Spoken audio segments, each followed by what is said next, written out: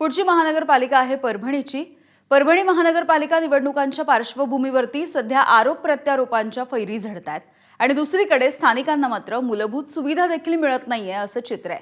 त्यामुळे रहिवाशांनी या मतदानावरच बहिष्कार घालण्याचा निर्णय घेतलाय। नेमकी इथल्या स्थानिकांची, रहिवाशांची, नागरिकांची भूमिका काय आहे जाणून घेतलंय आमच्या प्रतिनिधींनी। परभणी शहर महानगरपालिकेची निवडणूक सुरू आहे। एकीकडे युत्या, आघाड्या, त्याचबरोबर इकडचे उमेदवार तिकडं, ह्या सर्व राजकारणामध्ये शहरातील समस्यांकडे या राजकीय नेत्यांनी असतील, प्रशासकीय यंत्रणेने दुर्लक्ष केलेलं आहे। मी सध्या परभणीच्या एकनाथ नगर मध्ये आहे आणि आपण जर बघितलं तर इथल्या या सर्व रहिवाशांनी मतदानावर बहिष्कार टाकलेला आहे। त्याचं कारणही तसंच आहे की 1986 ला लेआउट पडलेल्या या एकनाथ नगर वासियांनी या ठिकाणी कुठल्याही मूलभूत सुविधा मिळत नाहीत आणि आपण जर बघितलं तर हे अशा प्रकारचे शोष खड्डे या त्यांच्या घराच्या, प्रत्येक घराच्या बाहेर त्यांनी केलेले आहेत। कारण नाल्या नाहीत, रस्ते नाहीत, त्याचबरोबर इतर सुविधा सुद्धा त्यांना मिळत नाहीत। आणि महत्त्वाचं म्हणजे याच परिसरामध्ये महाराष्ट्रातले सुप्रसिद्ध कवी इंद्रजित भालेराव यांचं सुद्धा घर आहे आणि त्यांच्या घरासमोर सुद्धा अशाच प्रकारचा शोष खड्डा आहे। त्यामुळे या सर्व नागरिकांनी वारंवार तक्रारी केलेल्या आहेत, अनेक वेळा नेत्यांच्या भेटी घेतल्यात, मात्र प्रश्न सुटत नसल्यामुळे शेवटी मतदानावर बहिष्काराचा निर्णय त्यांनी घेतलेला आहे। आपण या सर्व नागरिकांचं म्हणणं जाणून घेऊया। काय म्हणणं आहे तुमचं, नेमकं कशामुळे मतदानावर बहिष्कार टाकला? मतदान ही खरं तर अमूल्य आपली अशी संविधानाने दिलेली भेट आहे, परंतु दुर्दैवानं आमचा वार्ड क्रमांक 1 असून रस्त्यात दुतर्फाचं झाडं लावण्याची इच्छा असताना सुद्धा आम्हाला दुतर्फा शोष खड्डे करायला होतात, हे आमचं दुर्दैव आहे।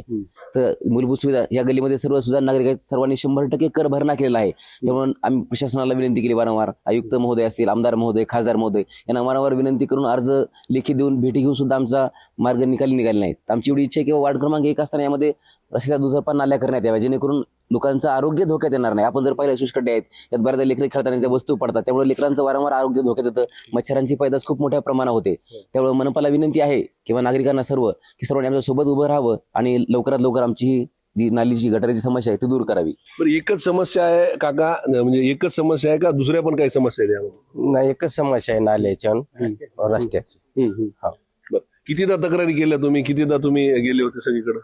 वारंवार गेलतो आम्ही। बरं, हो, आपल्यासोबत महिला सुद्धा आहेत, भालेराव सरांच्या पत्नी आहेत, धर्मपत्नी। वहिनी, काय अडचणी येतात तुम्हाला जेव्हा ह्या सगळ्या गोष्टी इथं मूलभूत सुविधांची वाढ आहे? आम्हाला नेहमीच अडचणी आहेत। पावसाळ्यामध्ये पाऊस म्हणजे पूर्ण घरात पाणी येतं उलट। एबीपी माझा, उघडा डोळे बघा नीट।